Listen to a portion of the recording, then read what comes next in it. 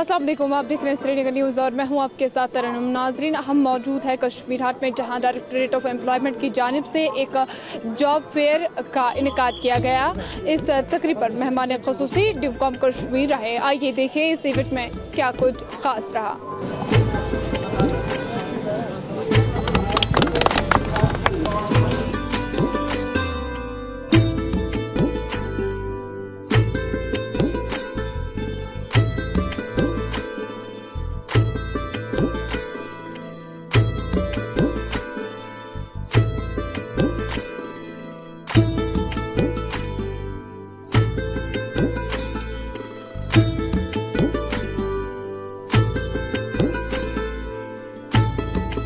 देखिए, यहाँ पे जो हमने जॉब फेयर लगाया है, जो हम कहते हैं कि जो हमारे बच्चे हैं उनको और अच्छी से अच्छी फैसिलिटीज़ मिल पाए।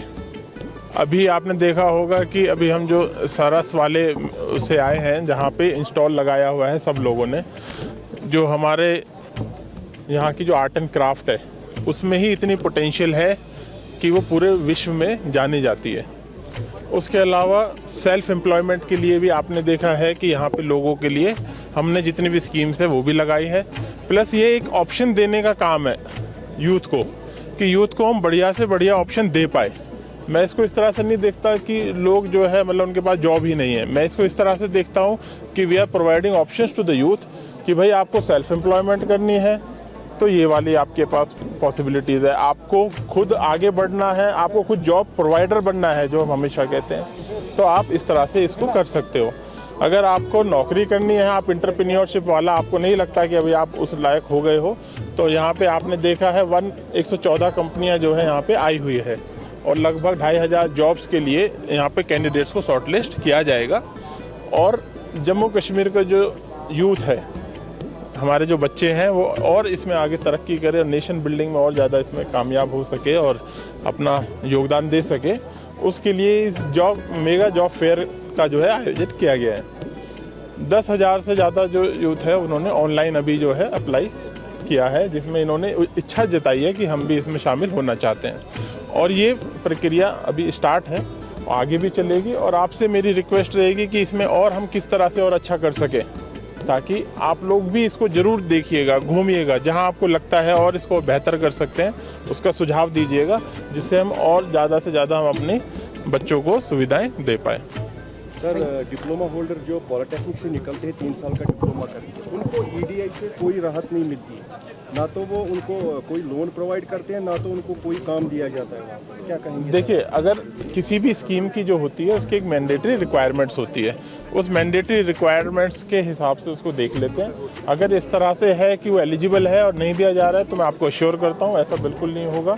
जो भी एलिजिबल होगा उसको दिया जाएगा। एक सवाल है, हमारे यहाँ जॉब प्रोवाइडर्स यहाँ भी एजुकेशन सेक्टर में करा सकते हैं, लेकिन पहले ये परेशानियाँ रही है कि अगर किसी ने कोई बड़ा स्कूल खोला है, he is earning a lot, मगर टीचर को वो 10,000 रुपये सैलरी देता है, पीएचडी है, 2 डिग्रियाँ हैं, क्या उस पर कोई कंट्रोल कर सकते हैं? देखिए, बहुत अच्छा प्रश्न पूछा आपने। हमेशा जो प्राइवेट सेक्टर होता है वो डिमांड सप्लाई पे काम करता है और फिर एक मिनिमम वेजेस एक्ट जो है सरकार उसको इंश्योर करती है।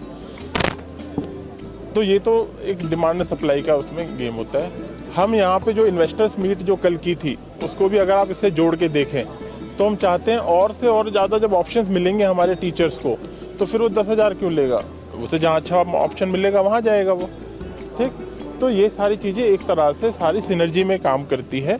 और इसलिए मैं आपसे रिक्वेस्ट कर रहा हूँ कि इसको ज़रूर देखें और इसमें और मैं क्या अच्छा हम लोग कर सकते हैं उसके बारे में हमें ज़रूर सुझाव दीजिएगा। पिछले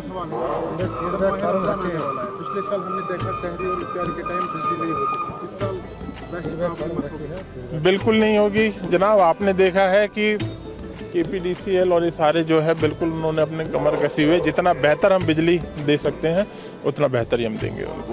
ट्रैफिक आप प्रोजेक्ट सड़कें हमारी तंगदामनी का शिकार है, आज भी तकरीबन 1 घंटे का जाम देख के आए हो। देखिए, आप मुझे ये बताइए, जब पिछली बार टुलिप गार्डन खुला था उस समय आपने कितने देर का जाम सहन किया था, मुझे ये बताओ, और आज कितने देर का किया है? देखिए, टुलिप गार्डन अभी खुला है, फिर आगे रोजे जो है स्टार्ट होने वाला है, होली रमज़ान जब स्टार्ट होगा, तो अभी मेरे पास स्पेशली आज का दिन और 2-3 दिन जो है इसमें परेशानियाँ होगी। प्लस हमारा G20 की वजह से जो हमारे जो स्मार्ट सिटी के प्रोजेक्ट चल में भी परेशानियां हो सकती है। अब आप ये देखिएगा पूरे शहर में हम क्या बनाने वाले हैं, उसके भी हमने होर्डिंग लगाए हैं, उनको भी देखिए कि ये कैसा दिखने वाला है। और बस 1 महीने की और बात है, उसके बाद आपको बहुत अच्छी सुझाव आपका था सर, ऑनलाइन अगर टिकट्स हो जाती पूरी की पूरी ऑनलाइन हो जाती, सब प्लान कर पाते अपनी जर्नी, वो नहीं कर रहे हैं फ्लोर पिक्चर। देखिए ऑनलाइन उन्होंने सिस्टम स्टार्ट किया है। अब यहाँ पे आप हर चीज़ जब आप स्टार्ट करते हो ना, तुरंत वो सक्सेसफुल नहीं होती है, नेचुरल चीज़ है। अब टूरिस्ट वहाँ पे आ जाएगा गाड़ी लेके, मैं उसको ये तो नहीं कह सकता कि भाई पहले जा ऑनलाइन करके आ और फिर वापस लेके आ। इसलिए हमने इस बार टुलिप गार्डन को 7 बजे से ही खोलने का जो है हमने डिसीजन लिया है, ताकि ज़्यादा से ज़्यादा लोग उसको स्प्रेड आउट हो सके। और अभी 1 वे भी ट्रैफिक इसीलिए किया गया है उसको। कुछ लोग कह रहे होंगे कि भाई क्यों कर दिया, या उनको ज़रूर तकलीफ का सामना करना पड़ रहा होगा, बट वो ओवरऑल ध्यान में रख के किया गया है। थैंक यू सर, आज जो यहाँ पे ये इवेंट मुनक्किद किया जा रहा है, किस हवाले से और बताएंगे इससे? बेसिकली हमारा जो इवेंट है ये जॉब फेयर है, मेगा जॉब फेयर है कश्मीर डिवीज़न के लिए। आपको पता है कि गवर्नमेंट सेक्टर में एक सैचुरेशन ऑलरेडी पहुंचा है, और अगर जो भी अपॉर्चुनिटीज़ होते हैं वो लिमिटेड अपॉर्चुनिटीज़ होती है। इसलिए यहाँ से एजुकेशनल बूम है, colleges, higher secondaries, medical colleges, technical college and other colleges से बहुत बड़ा एक नंबर निकलता है बच्चों का हर साल हर टाइम। तो naturally it is not possible कि हर एक अकोमोडेट हो जाएगा। तो इसलिए हमने एक अल्टरनेटिव, इसका जो है इमीडिएट अल्टरनेटिव है कि आप प्राइवेट सेक्टर को इस्तेमाल करें और प्राइवेट सेक्टर में खुद एंटरप्रेन्योर बने और दूसरों को भी बनाए। तीसरा कि जो प्राइवेट सेक्टर यहाँ काम कर रहा है वहाँ उनकी अकोमोडेशन, उनकी अपॉइंटमेंट हो, पोस्टिंग हो, प्लेसमेंट हो। इसीलिए हमने एक ऐसा प्रोग्राम किया है कि हम यहाँ पूरे स्टेट में, पूरे यूनियन टेरिटरी में, हर डिस्ट्रिक्ट में जॉब फेयर करते हैं। यहाँ एक मेगा जॉब फेयर आज किया है। इसके हमारे मेनली 4 मकासद है। नंबर 1 कि हम एक प्लेटफॉर्म देते हैं जॉब प्रोवाइडर और जॉब सीकर को।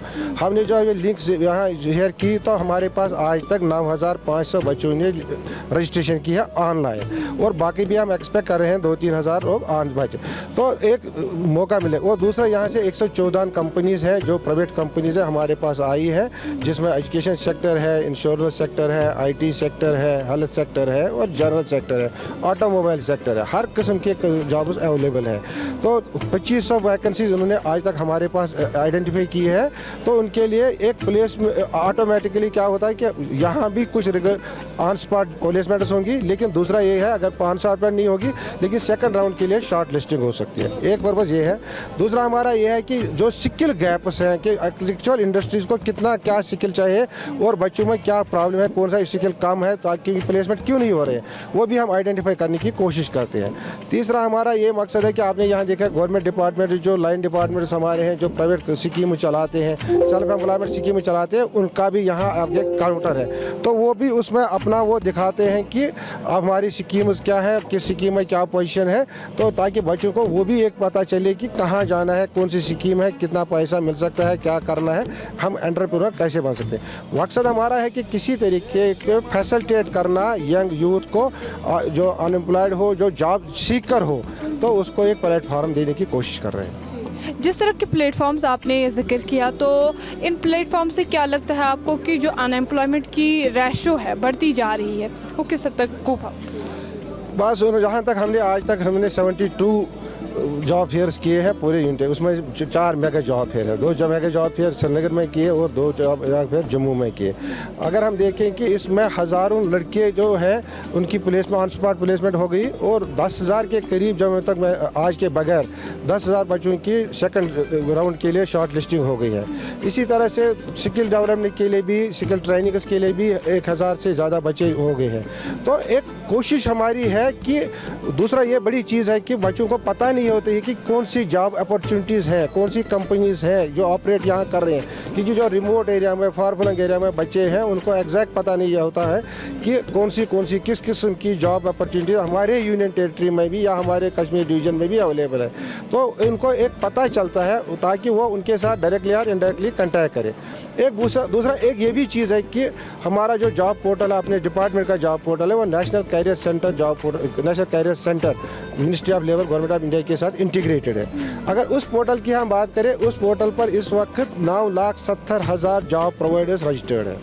उसमें 4 लाख से ज़्यादा की जॉब उसमें अवेलेबल है, उसमें पैन इंडिया के पोस्ट्स अवेलेबल हैं, उसमें 800 से ज़्यादा हमारे काउंसलर जो फ्री ऑफ कॉस्ट काउंसलिंग देते हैं। कोई बच्चा जो इस पर अपना एडमिशन लेगा, इस पर अपना रजिस्ट्रेशन करेगा तो he can get counselling from any part of country from renowned and reputed counsellors.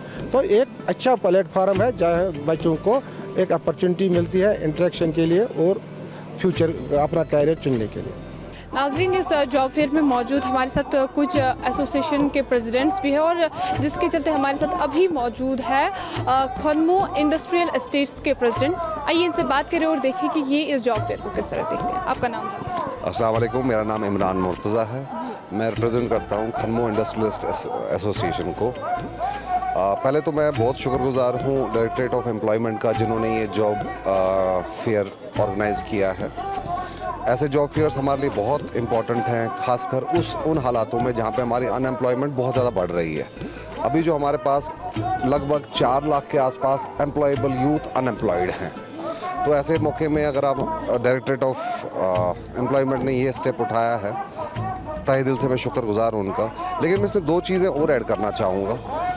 ऐसे जॉब फेयर्स कंटिन्यूसली होने चाहिए, कंटिन्यूसली एक ऐसा मॉडल बनना चाहिए जहाँ पे हमारी रिक्वायरमेंट्स जो हैं वो कहीं से फुलफिल हों। ज़रूरी नहीं है कि गवर्नमेंट ही उसमें एक नोडल एजेंसी बने। May be we can have a nodal agency जो इन जॉब्स को इकट्ठा करके इंफॉर्मेशन करके डिसमिनेट करे जॉब सीकर्स में। नंबर 1 तो ये बात है। और नंबर 2 मैं ये बोलना चाहता हूँ, हर एक बंदे के लिए जॉब अवेलेबल नहीं है, चाहे वो प्राइवेट सेक्टर हो या गवर्नमेंट सेक्टर हो। बहुत ज़्यादा स्कोप है कश्मीर में, specially we are not that far developed जहाँ पे स्कोप बहुत कम हो चुका है। अभी हमारे पास बहुत ज़्यादा स्कोप है एंटरप्रेन्योरशिप का। और एंटरप्रेन्योरशिप जब भी हम देखते हैं, जब भी मैंने कभी भी किसी यूथ से बात की एंटरप्रेन्योरशिप के बारे में, तो वो हमेशा बहुत बड़े प्रोजेक्ट्स को लेके चलते हैं। जैसे मोदी जी ने कहा था कि चाय का ठेला भी एक एम्प्लॉयमेंट दे सकती है। चलिए मैं उसको एग्जैजरेट नहीं करूँगा, लेकिन बहुत छोटे छोटे इनोवेशंस जो हैं, बहुत छोटे छोटे इनोवेशंस हैं, उनको हम एम्प्लॉय कर सकते हैं, उनको हम एंटरप्रेन्योरशिप में चेंज कर सकते हैं। तो मेरी दरख्वास्त ये भी रहेगी नौजवानों से कि आप एंटरप्रेन्योरशिप पे ख़ास ध्यान दें, वो एक फ्यूचर है। Thank you. नाज़रीन, इस ट्रेड फेयर का रुख जब हमने किया तो यहाँ पर करीब 100 से ज़्यादा कंपनी है जो कि 300 से ज़्यादा प्लेसमेंट्स यूथ को दे रही है जो कि अनएम्प्लॉयड है। और यहाँ पर जो प्लेसमेंट प्रोवाइड कर रहे हैं उनके मुताबिक जो है आने वाले वक्त में ऐसी प्लेसमेंट्स इनकी कंपनी की जानिब से जारी रहेगी। और ड्यूकॉम कश्मीर ने भी ये बात कही कि आने वाले वक्त में अभी तक करीब यूटी में 72 जॉब फेयर हो चुके हैं और जिसमें आज यहाँ कश्मीर हाट में भी ये मुनक्कद किया जा रहा है और 300 के करीब यहाँ पर प्लेसमेंट्स की जाएंगी।